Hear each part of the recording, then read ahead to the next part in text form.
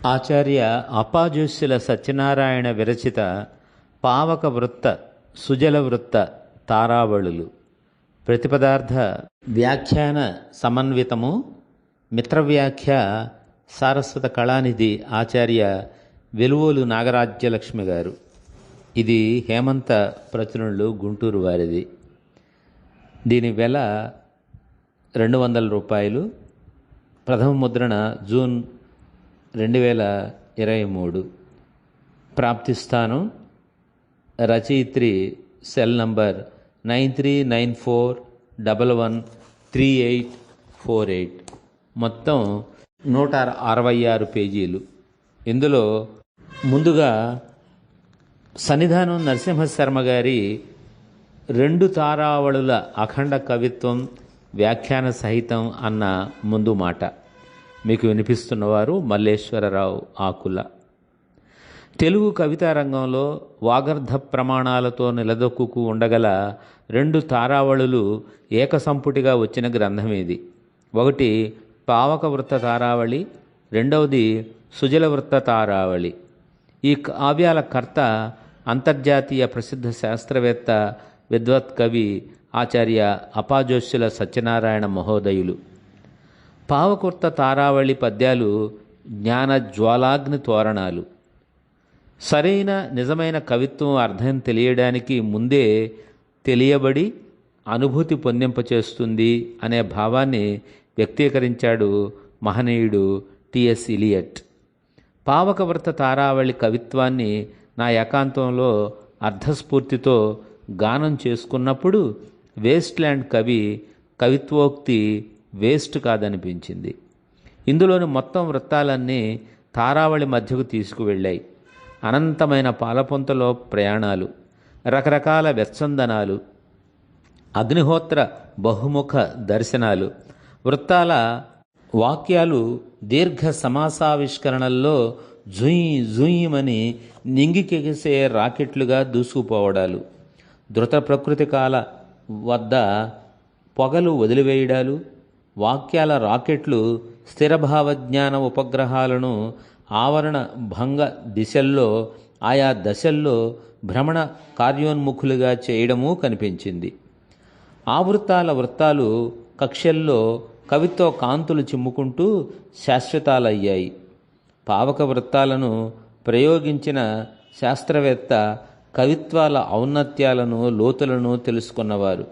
ఆయన జీవనయానమే ఉన్నతాభిరుచుల సమ్మేళ గానంగా నినదిస్తోంది. ఆయన ఆర్షజ్ఞాన భూమిపై నిలబడి చూశారు.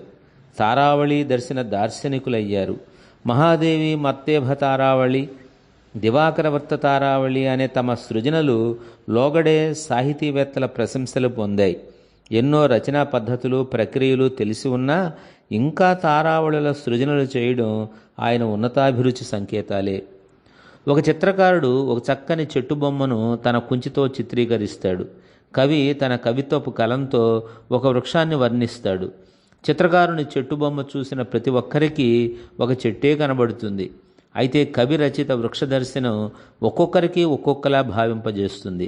ఈ విద్వత్ కవి పావక తారావళి కవిత్వం ఒక్కొక్కరికి ఒక్కొక్క రకంగా భావద్యోతకమవుతుంది. నాకైతే ప్రతి పద్యము ఒక్కొక్క జ్ఞానాగ్ని జ్వాలాతోరణంగా, ఆగ్నిమాహాత్మ్య కవితాగానంగా భాషించింది.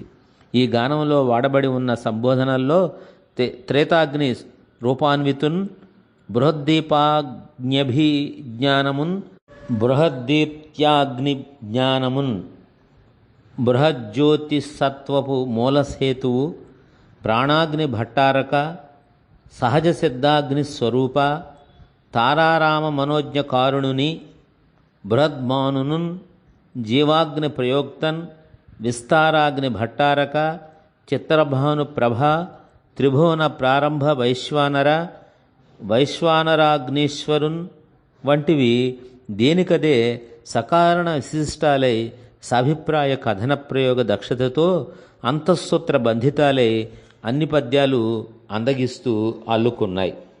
కవితా శైలి అనేది రచనని సహృదయునికి అందించడంలో కారకమవుతుంది. ప్రబంధరాజ వెంకటేశ్వర విజయ విలాసంలో గణపవరపు వెంకట కవిది తారకల గూర్చి ఒక పద్యం ఉంది. రాజు చనుదెంచునని నిశారమణి అప్పుడింద్ర నీలంపు మణిపాత్ర నిండిన శోభనంపుటారతి తెలిముత్తియంపు గుంపులనగా నభమున తారకల అతిశయిల్లే. అక్కడ ఆ భావ ప్రకటనకు ఆ శైలి తగినది. ఇప్పుడు ఇక్కడ తారావళిలో పావక పద్యాలు జ్ఞానాగ్ని జ్వాలలతో నిండడం వలన సమాసభూయిష్టమైన పద్యాలు ఒకానొక రకమైన శైలి నూతనత్వంతో తగి ఉన్నాయి. శైలి అనేది కవి జీవలక్షణం అన్నారు విశ్వనాథ వారు. పాఠకులు భావుకులు మరెవరైనా తమకు కావలసిన శైలుల కవిత్వాలు చదువుకోవచ్చు, కానీ వ్రాసే కవి కవిత్వ శైలిని మార్చుకోవాలని కోరుకోకూడదు.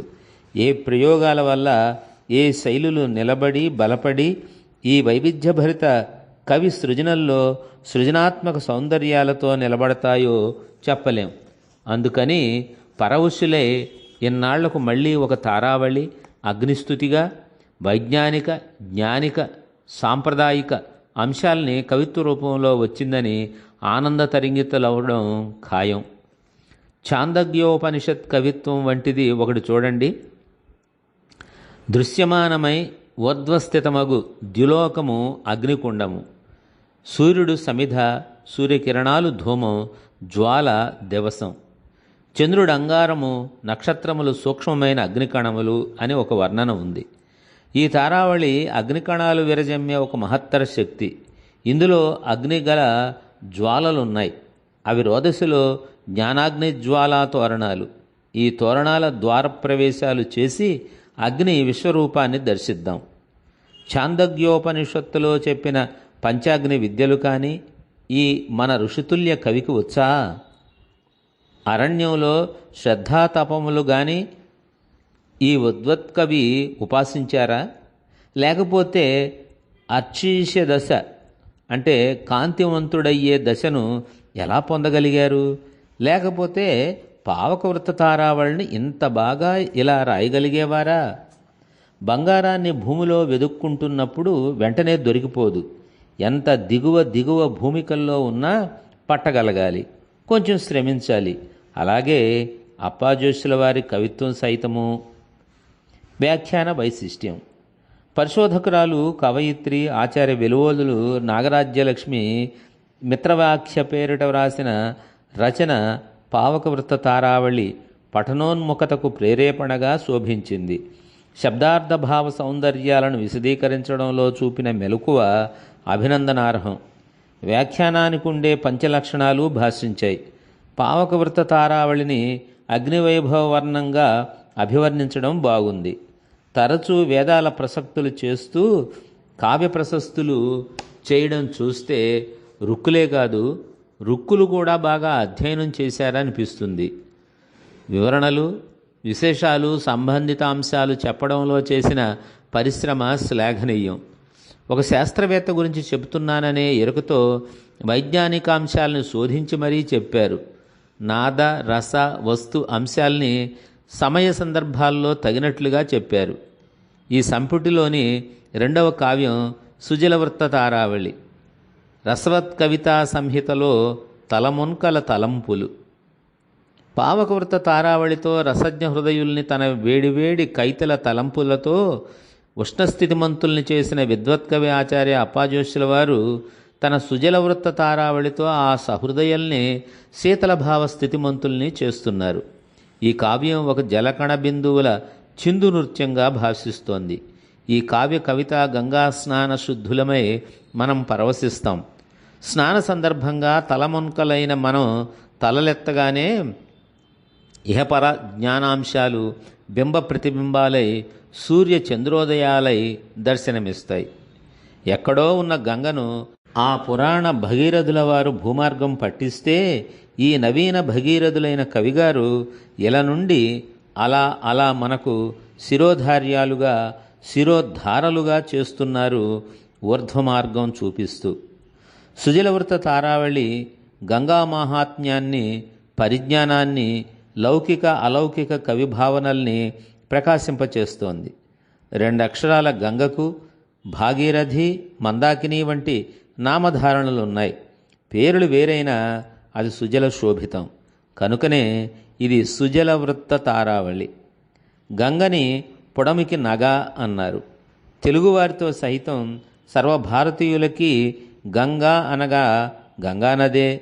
కానీ గంగ అంటే నీరు అనే అర్థం తెలుగులోనే ఉందని బ్రౌను దొర తన నిఘంటువులో తెలిపారు. గణనాతీత కాలం నుండి గంగానది భారతీయ సంస్కృతి స్వరూపంగా ఉంటోంది. ఆమె ఎన్నింటికో ప్రత్యక్ష సాక్షి కనుకనే ప్రౌఢిన్ వేదములందే కాదు వాగ్ప్రఖ్యరామాయణారూఢిన్ వ్యాసమహర్షి వాంగ్మధుర రస ప్రోద్భాసిత గ్రంథ సంగూఢ జ్ఞాన పురాణవాణి జనవాగ్రూపైక గాథావళిన్ గాఢంబై వినిపింతువీవు జననీ గంగా మహావాహిని అన్నారు శ్రీ సత్యనారాయణ గారు. ఆ మహావాహిని అనాదిగా వచ్చే మన గాథల్ని జానపద గాథలతో సహితం వినిపిస్తుంది అని విశదపరిచారు. మహాభారతం అనుశాసనిక పర్వంలో గంగా ప్రభావ మహాత్మ్యం అభివర్ణన ఉంది. జాహ్నవి మహాత్మ్యం వంటి గ్రంథాలలో ఇంకా వివిధ శాఖల తెలుగు వాంగ్మయంలో గంగానది ప్రాధాన్యం అనేక విధాలుగా ఒగ్గడించబడింది. అటువంటి కావ్యాలలో రచనల స్థాయిని భద్రపరుచుకుంది ఈ సుజల వృత్త తారావళి. ఎక్విప్డ్ నాలెడ్జ్ని ఛందస్సులో నింపేసి మన శిరోభారాన్ని పెంచే కవుల కోవకు శ్రీ అపాజోష్యుల వారు చెందరు. అభిలషణీయ సాంప్రదాయిక మూలధాతువుల్ని, ప్రాణప్రదమైన వాటిని స్వీకరించి స్వీయానుభవంతో తనదైన విజన్తో రససిద్ధహస్తులై వ్రాశారు కనుకనే ఒక ప్రత్యేకత వారి కవిత్వాన్ని పరిమళ భరితం చేసింది. ఆ విధంగా సృజింపబడిందే ఈ సుజల వృత్త తారావళి. ఇది రసవృత్త లేఖినిచే అందించబడింది. త్రిమార్గ మందాకినిగా, హృద్యాంబువుగా, సర్వజీవ కరుణాశ్రోతోవహగా, భువన సంక్షేమాస్పదగా, మంజుల సౌభాగ్యగా అభివర్ణిస్తూ గంగానదీ తత్వవేత్తగా ఎన్నో లౌకిక అలౌకిక విజ్ఞాన జ్ఞానాంశాలను గంగాధారాపాతంగా రసానందకరంగా అందించారు, తరించారు. విలక్షణ తత్వవేత్త ఓషో ఒక సందర్భంలో గంగానది గురించి, ఇతర నదుల్లో శవాలు వదిలితే ఆ జలాలు కల్మషభరితాలవుతాయి, కానీ గంగానదిలో వదిలితే గంగాజలంలో ఉన్న ప్రత్యేక రసాయనిక శక్తి వల్ల ఆ నీళ్లు కల్మష సహితాలు కావు. ఏ పర్వతాలపైన మేఘవర్షాలు గంగగా మారుతాయో ఆ పర్వతాలపైనే మేఘాలు కురిసి ఏర్పడిన ఇతర నదులకు గంగాజల రసాయనిక శక్తి లేదు, కల్మష సహితాలు అవుతాయి. ఈ విషయాన్ని శాస్త్రవేత్తలు గ్రహించారు అనే భావాలను వ్యక్తీకరించారు భారతానుశాసనిక పర్వంలో. ఎన్ని ఏడులు మనుజుని ఎమ్ముగాంగ వారి యందుండు నన్ని వేల సంవత్సరముల్ నాకలోక మహానుసుఖశ్రీకి నాతడుత్తుడయ్యుండు నిర్మల చిత్తవృత్తి అనే పద్యం ఉంది. ఎన్నాళ్లపాటు మానవుని అస్థికలు గంగానదిలో ఉంటాయో అన్ని వేల సంవత్సరాలు ఆ మానవుడు స్వర్గలోకంలో సుఖసంపద పొందడానికి యోగ్యత ఉన్నవాడై నిర్మల చిత్తంతో ఉంటాడు అని దీని భావం. కవే కాక శాస్త్రవేత్త కూడా అయినందున శ్రీ సత్యనారాయణ గారు సద్విశ్వాసాలున్న మూఢ విశ్వాసాలకు ఆమడ దూరంలోనూ ఉంటారు. కనుకనే ఈ విషయంలో మానవుడు గంగానది పట్ల ఎలా ఉండాలో నిర్ద్వంద్వంగా ఇలా ప్రకటించారు. తలకున్మించిన వెర్రులెత్తి మనుజుల్ తాపత్రయావిష్టులై విలువల్ కోల్పడి నిన్ను కల్మష దశాపీడాస్థితింజేయు భ్రష్టుల పీనుంగుల ఊర్ధ్వలోక గతులంచున్ నీకు అర్పించి గాసిల్లగాన్ వర్తిలు మందభాగ్యుల కటాక్షంపంగదే జాహ్నవి. విలువలు కోల్పోయి వెర్రివాళ్లై పీనుగుల్ని గంగల్లో పడవేసేవాళ్లు మందభాగ్యులని ఖరాఖండిగా విమర్శించారు. అయితే ఇటువంటి మందభాగ్యులపై జాలి కూడా ఉండడం కవి విశాల దృష్టికి నిదర్శనం. ఓ జాహ్నవి, ఈ మందభాగ్యులు వీరేం చేస్తున్నారో వీరికే తెలియదు కనుక క్షమించు అన్నట్లుంది. రసాయన పదార్థాలు వ్యర్థాలు గంగానదిలో వేసేవారు భస్మాసురులు అనడంలో ధ్వన్యర్థం బాగుంది. ఇలాంటి వారిని వారించే ప్రాజ్ఞుల సంఘాల తాము ఆమోదిస్తున్నామని తన సామాజిక ప్రేమను తెలిపారు. గంగానదిలో నీటికే కాదు, దానిలోని ఇసుకకి కూడా మాహాత్మ్యం ఉంది. గంగానదిలోని ఇసుకను తల మీద అలికికొన్నా, నుదుట రాసుకున్నా ఆ మానవుని పాపాలు గరుత్మంతుడిని చూసిన పాముల్లా తొలగిపోతాయని, అవకాశం ఉండి కూడా గంగా దర్శనం చేసుకొని వాడు పశువుతో సమానుడని మహాభారతం నాటబలుకుతోంది. దిగ్గజం వంటి కవి ఏనుగు లక్ష్మణ కవి జాహ్నవీ మాహాత్మ్యము అనే కావ్యాన్ని వ్రాశాడు. అందులో ఒక ఎడ గంగాజల కణం ఒక ఎడ చాంద్రాయణంబులొగి నూరును పొందికగా తులనిడి తూచిన ప్రకటితముగా గంగాజలము బరువై హెచ్చున్ అన్నాడు. త్రాసులో ఒకవైపు గంగా నీటి చుక్కను, మరొక వైపు 100 చాంద్రాయణ వ్రతాలు వేసి తూచితే గంగ నీటి చుక్కే ఎక్కువ బరువు ఉంటుందని, ఇటువంటి గంగా మాహాత్మ్యాన్ని వివేచించి చెప్పిన ఏనుగువారు ఈ మహానది మాహాత్మ్యం ఎన్నతరమే, ధాతకైనను మరి వాని తాతకైనా అంటూ తన కావ్యకార్యం ఎంతటి గొప్పదో చెప్పకనే చెప్పారు. అపాజోష్యుల వారి సుజల వృత్త తారావళి గంగా మాహాత్మ్యాన్ని నిగూఢంగా, కాలీన స్పృహతో, ఇహపర క్షేమదాయకంగా వివిధ కోణాల్లో చెప్పారు. ఆయన కావ్య ఘనతను రసజ్ఞులు మరింతగా అనుభవించాలి. కొన్ని తలంపులు మనల్ని అచ్చెరువులో మునగజేస్తాయి. ఒక పత్రికలో who is the best mathematician on the earth అని ప్రశ్న వేసి ద ఎర్త్ ఇట్ సెల్ఫ్ అని జవాబు ఇచ్చారు. ఏమిటంటే, కొన్ని చెట్ల మట్టలపైనున్న ఆకులు రాను రాను చిన్నవిగా, పోను పోను పెద్దవిగా ఉండటం, కొన్ని క్రోటన్ మొక్కల ఆకులపై రంగుమచ్చల దూరాలు దగ్గరలు కొలిచినట్లుండటం, ఇటువంటివెన్నో చూపించి అలా అన్నారు. ఈ సుజల వృత్త తారావళిలో ఓ పద్యంలో మనం ఉన్న పొడమిపై నీరు 3 వంతులని కాక మనలోనే 3 వంతుల నీరుండడం అనే తలంపు గ్రహించదగ్గది. ప్రతి దేహంబును 3 వంతులు జలప్రాయంబు కాయశ్రమాగత ఘర్మోదక బిందువుల్ జలము హృత్కంపార్ద్ర నేత్రాంబు సంగతి జూడ జలంబులై ఎడరు నాకాశోద్భవానర్ఘ వృష్టి తలంపన్ జలరాశి ఈ భువన సంక్షేమాస్పదన్ పాడెదన్. శరీర కష్టం చేస్తే వచ్చే చెమట బిందువులు జలం, హృదయం కంపిస్తే, కళ్ళు ఆర్ద్రాలైతే వచ్చేవి జలాలే. ఈ విధంగా ప్రతి శరీరము 3 వంతుల నీటిని కలిగి ఉన్నట్లే. సురగంగను ఎందుకు కవి అర్చిస్తారో తెలుపుతూ అర్థవంతంగా ఓ పద్యం చెబుతారు. ఈ సూర్యకుటుంబ మండలంలో ఈ భూమండలానికి సోదరుల్లా 7 గ్రహాలున్నాయి.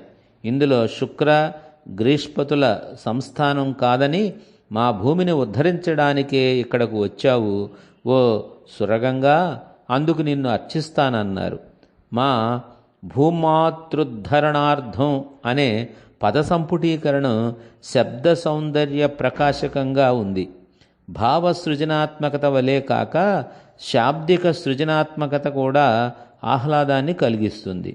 సహజ భావ ప్రకటనకు, సహజ పద్య నిర్మాణ శక్తికి ప్రాకృతికంగా ఎలా అందగిస్తుందో, సతతంబున్ ప్రవహించు నిమ్నగ మహాసౌందర్య లావణ్య సంచిత దృశ్యానుభవంబు నక్షరముల్లన్ చెప్పంగా శక్యంబే అద్భుత వర్ణాంబర తూలికా విరచనమున్ చేయ సాధ్యంబే విఫ్లుత యత్నంబిది నాది చంద్రునకు నూలుపోగన్న చందంబుగన్ అనే పద్యం ప్రస్ఫుటీకరిస్తుంది. బాగా చేయి తిరిగిన పద్యకవి కావడం వల్లనే శ్రీ అపాజోష్యుల వారు అలవోకగా అందంగా రాశారు. 4వ చరణంలోని ఫ్లు అక్షరానికి చంద్రునికి నూలుపోగన్న చందంబులోని పో యతిస్థానం సహజంగా కుదురుకోవడం గమనార్హం. ఇటువంటి నిర్మాణ ధురీణత్వాలు జీవద్భావ అనుభూతులతో మనోహరంగా ఒప్పారడం ఇంకా మరికొన్ని పద్యాలలోనూ దృశ్యమానాలయ్యాయి. తెలుగులో నదీ కవిత్వ గ్రంథాల్లో ఈ సుజల వృత్త తారావళి అనే రసత్కవితా సంహిత విద్వత్కవి అప్పాజోష్యుల వారిని ఉత్తమ ప్రాచీన కవుల సరసన నిలబెట్టగలిగేది. గంగ పొడమి మీద కవిత్వం తారాస్థాయిలోనూ వెలుగొందుతున్నాయి. పండిన అనుభవం, ఆర్జించిన విజ్ఞానం, కవిత్వ కళాభిజ్ఞత ఇవన్నీ ఆచార్యుల వారి బలాలు. ఈ కావ్యంలో 27 గంగాజల పాత్రలున్నాయి. అవి రసపాత్రలు. రసజ్ఞుల అభిజ్ఞుల దాహాలు తీర్చగలవై ఉన్నాయి. సరస్వత్యర్చనను ఆంతరంగికంగా చేసుకోవడానికి ఆ గంగా పాత్రలను మనం మన హృదయ సింహాసనాల్లో భద్రపరుచుకోవాలి. అదిగో కవిగారు గంగా పూజలో జలజాలను సమర్పిస్తున్నారు. వివిధ భావప్రసాదాలను వితరణ చేస్తున్నారు. స్వీకరించండి, తరించండి. వ్యాఖ్యాన ప్రాధాన్యం. గొప్పవైన గ్రంథాలు, మూల గ్రంథాలు తెలుగు మూల పడకుండా ప్రజాపరం చేయడంలో వ్యాఖ్యానాలు దారిదీవెలవుతాయి. వ్యాఖ్యాన రచన ఎంత సారళ్యాన్ని పొదిగించుకుంటే అంతగా గ్రంథ ప్రచారానికి దోహదపడుతుంది. ఆ సంగతి మిత్రవాక్య సంతరించిన శ్రీమతి రాజ్యలక్ష్మి గారికి తెలుసు. సుజలవృత్త తారావళి వ్యాఖ్యానంలో సుజలవృత్త తారావళి జీవోదయ ప్రత్యయ ప్రాకార ప్రథము మేఘోద్భవ అయిన జలవైశిష్ట్యాన్ని అభివర్ణించిన నక్షత్రమాలిక అన్నారు. భామహుడు, విశ్వనాథ, శేషేంద్ర, శ్రీనాథుడు, తెనాలి రామకృష్ణ, కంకంటి పాపరాజు, ఆది శంకరాచార్యులు, మోచెర్ల రామకృష్ణయ్య, పోతన, ఈ విధంగా ఎందరో మహనీయుల గ్రంథవాక్యాలు అపాజోష్యుల వారి కావ్య వ్యాఖ్యాన సందర్భాలలో ఇచ్చి తమ వివరణలకు బలాన్ని చేకూర్చుకున్నారు. కొన్ని తావుల్లో అలంకార, వ్యాకరణ, నైఘంటిక అంశాల్ని తెలిపిన తీరులు తర్కబద్ధంగా ఉన్నాయి. వ్యాఖ్యానాలు వ్రాసిన వారిలో మహిళలు ఎవరున్నారు అంటే ఇదిగో ఈ వర్తమాన కాలంలో ఈ రాజ్యలక్ష్మి వ్యాఖ్యాన గ్రంథ గోచరమవుతున్నారు. అపాజోష్యుల వారి కవిత్వాల్లో గురుభావనలను మథన కథితాలుగా మలచగలగడం రసజ్ఞ సహృదయులకు ఆనందకారణం. పావక వృత్త తారావళి, సుజల వృత్త తారావళి అనే 2 కావ్యాలు వేటికి అవే స్వయంభూగా దర్శింపజేయగల సత్తా ఉన్న విద్వత్ కవికి ఒక కవిత్వాభిమానిగా 100 వందనాలు. ఈ సంపుటం ఒక అఖండ కవితావిష్కరణ అంటారు సన్నిధానం నరసింహశర్మ గారు. ఇంకా తరువాయి భాగంలో అగ్నిమీళే పురోహితం అన్న డాక్టర్ అద్దంకి శ్రీనివాస్ గారి, అలాగే డాక్టర్ కరిమిళ్ళ వరప్రసాద్ గారి సుజలాం సుఫలాం అన్న ముందు మాటలను కూడా వినిపిస్తాను. ప్రస్తుతానికి సెలవు. నమస్కారం.